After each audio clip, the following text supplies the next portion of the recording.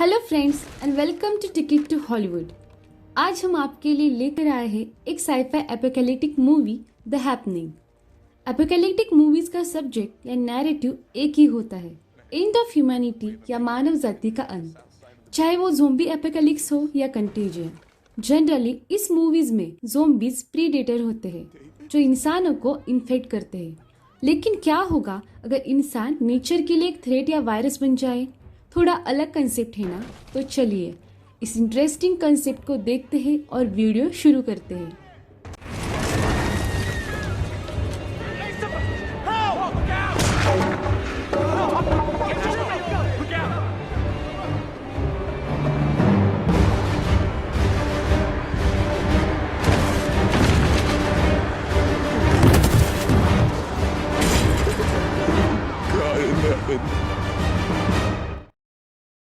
Movie के first scene में New York के सेंट्रल पार्क को दिखाया गया है, जहाँ हर रोज की तरह लोग टहल रहे होते हैं। पास में ही दो लड़कियां किताबें पढ़ रही होती हैं। तभी उनमें से एक लड़की को चीखें सुनाई देती हैं। वो देखते हैं लोग जहाँ पे थे वहीं पे फ्रीज हो गए हैं और कुछ लोग उल्टे डायरेक्शन में चल रहे हैं। उसे समझ में नहीं आता ये क्या हो रहा है। वो अपनी फ्रेंड को इस बारे में बताती है, लेकिन वो फ्रेंड अजीब तरीके से बिहेव करने लगती है और अचानक से अपनी हेयर पिन निकाल कर खुद की जान ले लेती है। उस पार्क के पास एक कंस्ट्रक्शन साइट होती है जहाँ कुछ वर्कर्स गप्पे मार रहे होते हैं। तभी उस बिल्डिंग के ऊपर से एक वर्कर नीचे गिर जाता है। उन वर्कर्स को लगता है कि शायद एक्सीडेंट है और वो एम्बुलेंस को कॉल करते हैं। लेकिन इसके कुछ सेकंड्स के बाद एक दूसरा वर्कर नीचे गिर जाता है और ये सिलसिला चलता ही रहता है। देखने से ऐसा लगता है जैसे वो लोग अपनी मर्जी से नीचे कूदकर सुसाइड कर रहे हैं। ये न्यूज पूरे शहर में फैल जाती है।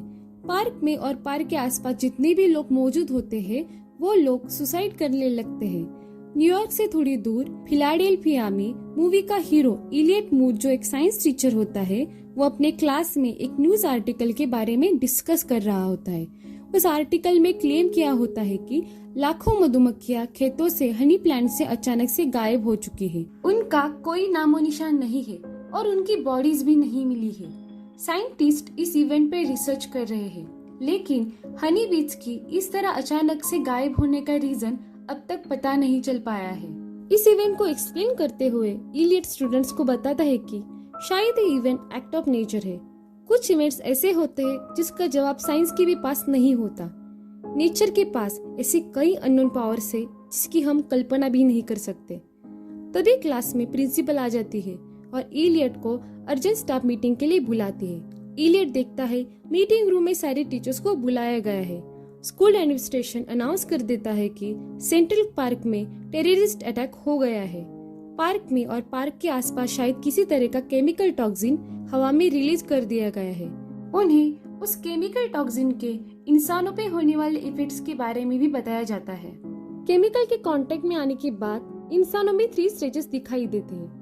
फर्स्ट स्टेज कंफ्यूज स्पीच, जिसमें हम जो भी लास्ट वर्ड बोलते हैं उस वर्ड को रिपीट करना शुरू करते हैं। Second stage loss of direction, इस स्टेज में हमारी ब्रेन और बॉडी पे हमारा कंट्रोल नहीं होता। और last stage suicide. School administration school को बंद करने का डिसीजन लेता है। टेररिस्ट अटैक्स की न्यूज की वजह से लोग न्यूयॉर्क छोड़कर भागने लगते हैं। जूलियन इलियट का कलीग होता है और उसका बेस्ट फ्रेंड होता है। वो अपनी वाइफ और बेटी के साथ न्यूयॉर्क छोड़ने का प्लान करता है। वो इलियट को उसके साथ चलने के लिए कहता है, लेकिन एक टेररिस्ट अटैक की वजह से शहर से भाग जाना इलियट को थोड़ा ऑड लगता है। घर पहुंचने के बाद वो अपनी वाइफ को इस बारे में बताता है। उसकी वाइफ एल्मा न्यूज पे सब कुछ देख रही होती है।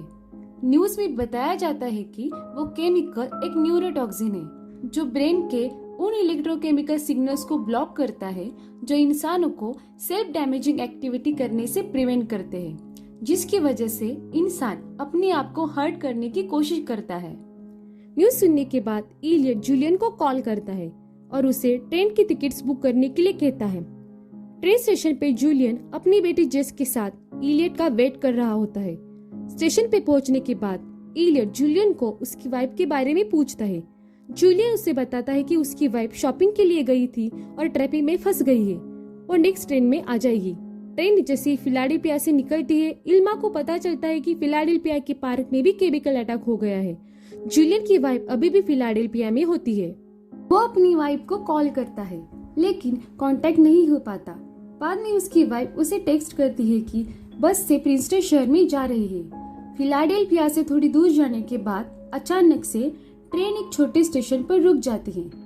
इलियट ट्रेन कंडक्टर को इस तरह रिमोट लोकेशन पे रुकने का रीजन पूछता है।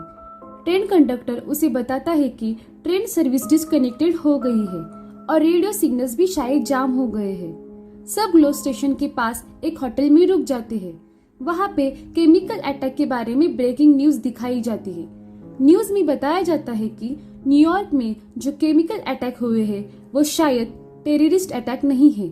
रिसर्च में पता चलता है कि केमिकल अटैक्स में मरने वाले लोगों के शरीर में जो टॉक्सिन पाया गया है वो कोई केमिकल नहीं है, वो किसी तरह का नेचुरल कंपाउंड है और ये अटैक या जो भी है वो कोस्टल एरिया के आसपास ही हो रहे हैं। ये सुनने के बाद लोगों की परेशानी और बढ़ जाती है क्योंकि जिस स्टेशन पे वो लोग रुके हुए होते हैं वो लोकेशन कोस्टल एरिया के बीच में ही होता है।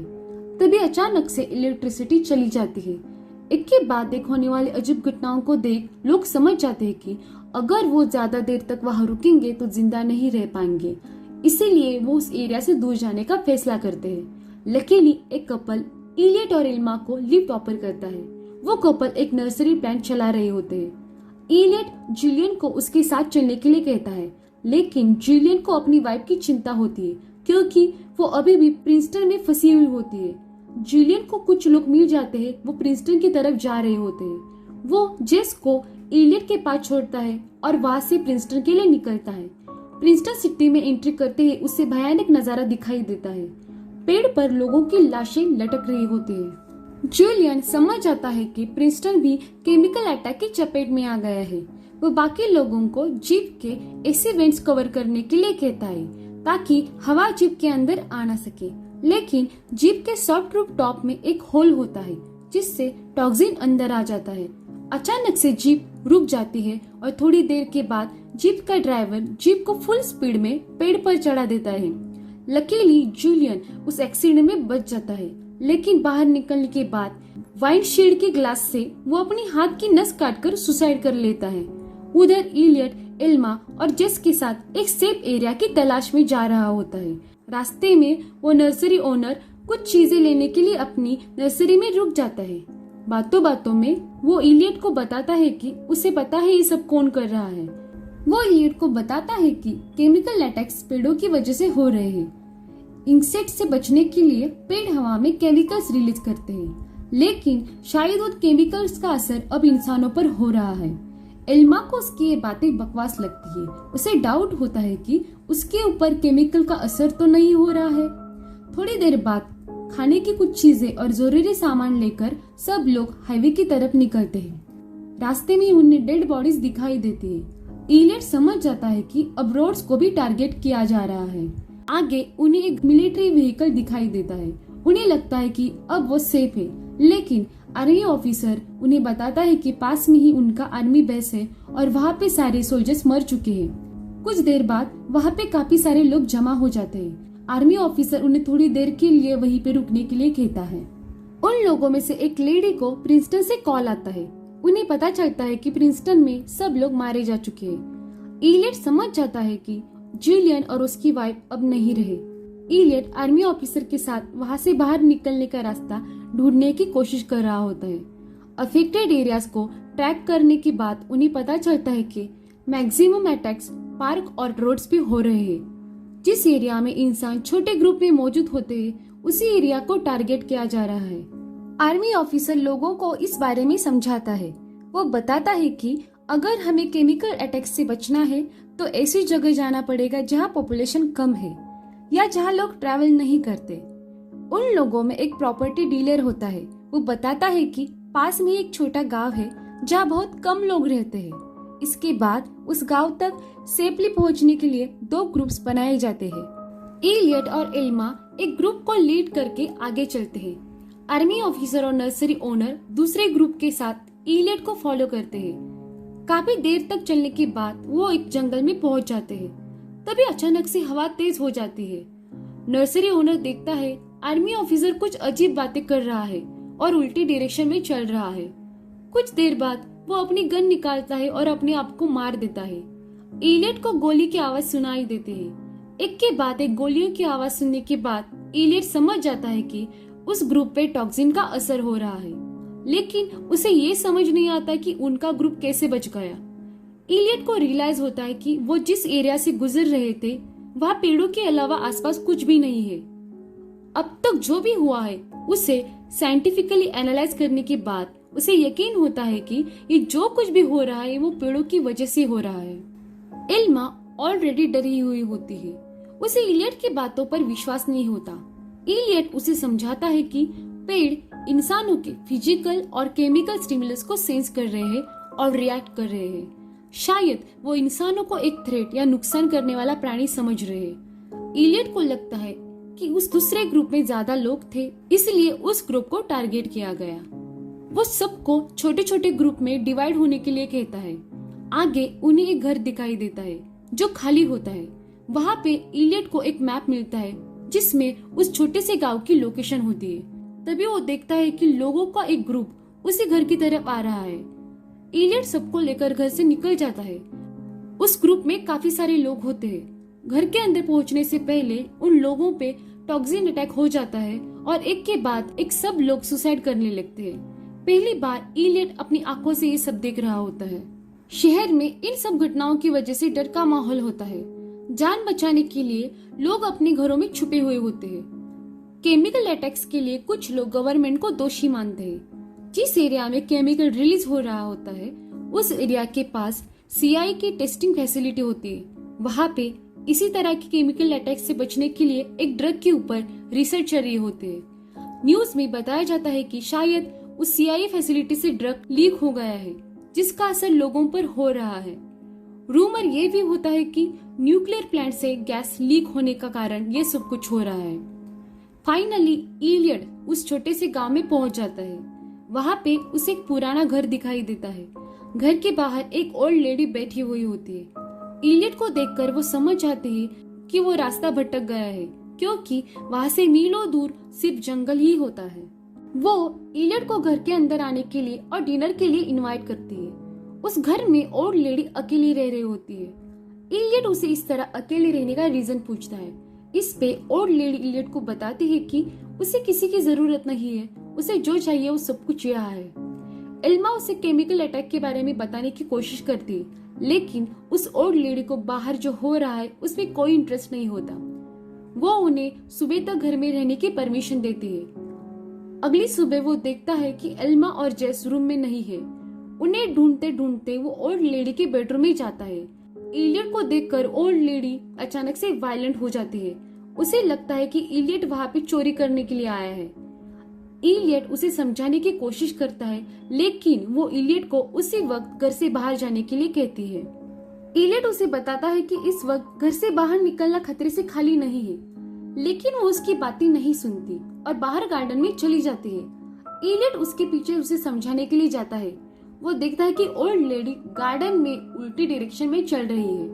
उसे यह समझने में देरी नहीं लगती कि अब एक अकेले इंसान पर भी टॉक्सिन का असर होना शुरू हो गया है। वो जल्दी से घर के अंदर चला जाता है और दरवाजा बंद कर लेता है।